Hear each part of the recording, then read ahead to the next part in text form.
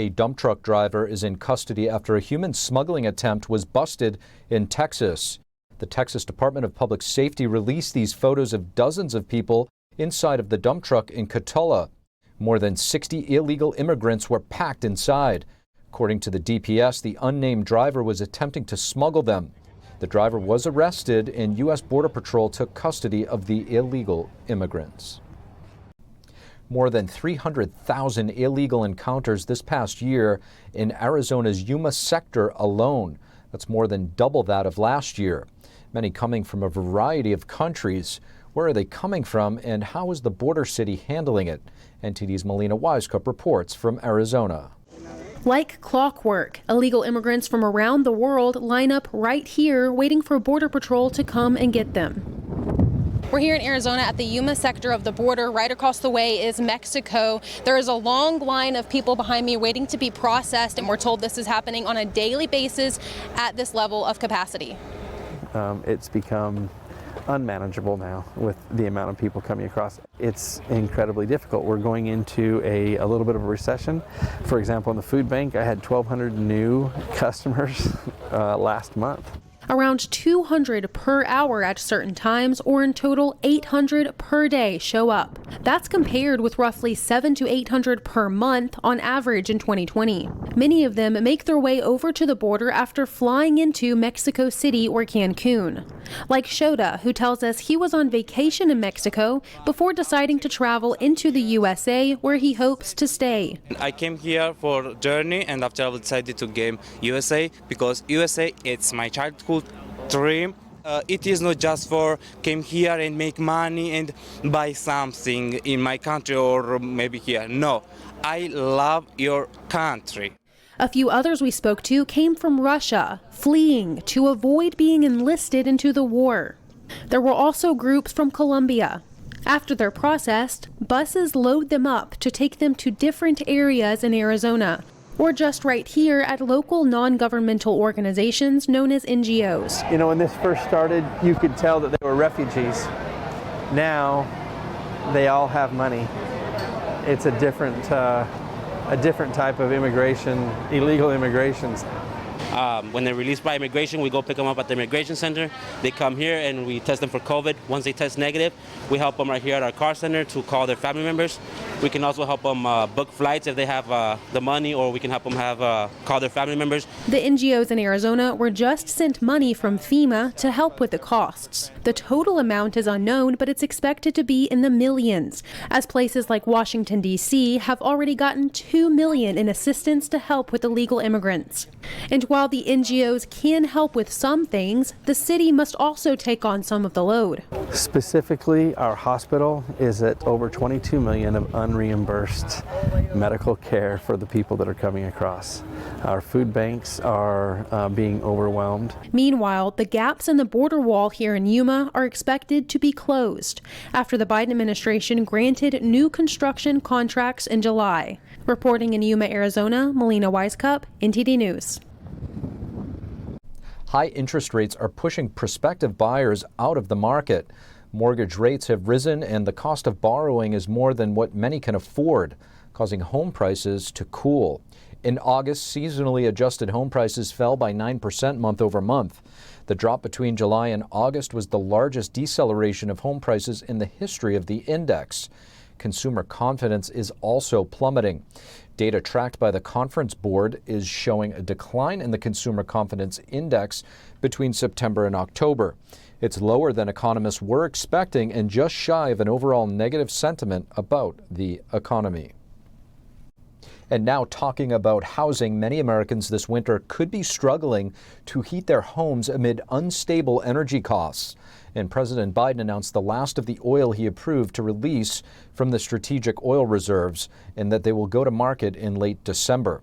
Joining us to discuss the energy crisis America is facing right now, we have Kathleen Sgamma, president of the Western Energy Alliance. Kathleen Sgamma, thank you so much for joining us. My pleasure. Kathleen, the president has tapped into the nation's strategic oil reserves twice now before the midterms. He made a telling proposition last week to the Saudis, asking them not to cut production until after the midterms. Where do you see oil prices going, let's say, December, January, February? Well, I am not a market analyst, so I'm not the best to predict, but I do enjoy, well, I guess I don't enjoy, but it's interesting to see that the Strategic Petroleum Reserve is now the Strategic Political Reserve, because it's clear that the Democrats and President Biden are feeling serious political heat about high gasoline prices. And as that election comes closer and closer, they're panicking, and the president is using that SPR for really what it was not intended to do, which is to save a political party. Now, winter is a time when Americans rely on oil to heat their homes, unlike a vehicle where, say, you could cut back or drive less. Many Americans need, heat for their homes. How big of a concern is this for those in colder winter states relying on oil? Well, luckily, most of the country has more sane energy policies than New England. New England and some parts of New York are ones that are more dependent on home heating oil. Most of the rest of the country uses natural gas to heat, which is more clean burning for heating, more efficient, and less expensive than heating with oil. So if New England didn't spend so much time blocking natural gas pipelines to the most prolific natural gas field in the country in Pennsylvania, then they probably would not be feeling this squeeze as much. So, but the bottom line is politicians' folly should not be borne by people who have really little to do with those decisions, although voters in New England should certainly consider that as they're casting their ballots. So it's really unfortunate that politicians have blocked natural gas infrastructure, because it is much cheaper to heat and better for the environment to heat with natural gas. Now, having said that, natural gas prices are also actually high this year, again, because natural gas production has been limited by this administration, infrastructure has been stopped, and those regulations they have not backed off on. So we are seeing higher natural gas prices than usual as well, but home heating oil will be particularly high. Now, in terms of the Keystone XL pipeline being stopped by the Biden administration, we hear that this could be, one of the key factors. Is it really as simple as if that were to be let loose again, that we would see oil prices drastically shift? Well, it's not just one thing. Keystone XL was really important because it was day one. It was the first thing President Biden did, and it was a signal that I'm going to stop oil and natural gas development, infrastructure, anything that will provide inexpensive, reliable energy to the American people. I'm going to stop all that in the name of climate change. So it was a strong signal. And certainly if he had that pipeline was ready to be built out last year. So that certainly blocked a supply of oil from a friendly nation, Canada. And instead, we've got a situation where the president is going hat in hand to Venezuela and Saudi Arabia and Iran. So, he's reaping what he sowed with that announcement. But it's not just Keystone. A week later, he blocked leasing on federal lands and waters. Well, we get about a quarter of our oil from federal lands and waters. So it's regulation on top of regulation, financial regulations meant to chase capital away from oil and natural gas. It's a whole bunch of different policies that are together adding up to make this inflation worse, make this energy inflation worse, not just now, but into the future. Kathleen Sgamma, really appreciate you joining us. My pleasure. The Republican National Committee has filed 73 lawsuits on election issues during the 2022 midterm election cycle.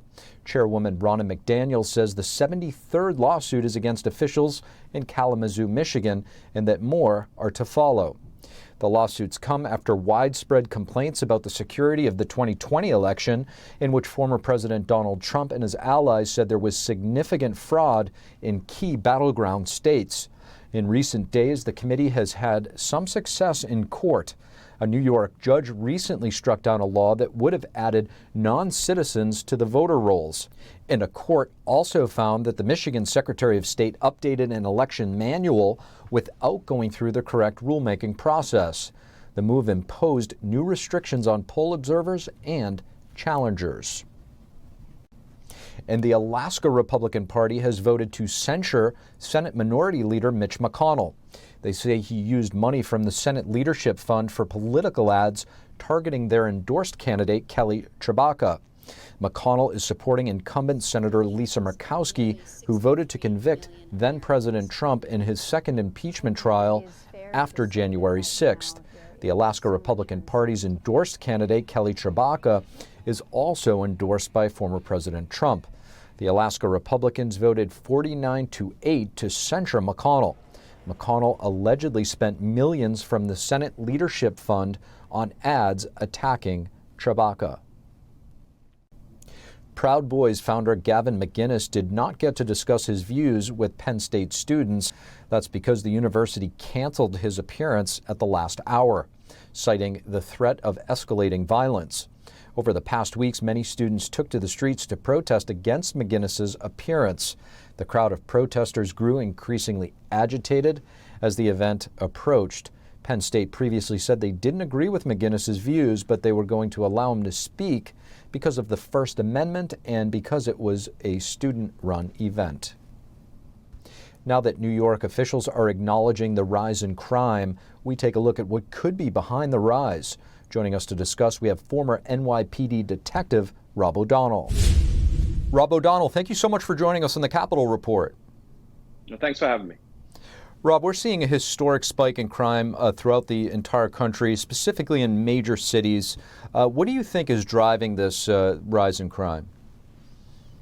Well, you have a perfect storm trifecta of a decade of creating a callous atmosphere towards everything law enforcement, along with the judicial revolving door that progressive prosecutors have created, and legislatures in the states that are taking away cash bail and letting repeat violent offenders back out on the street.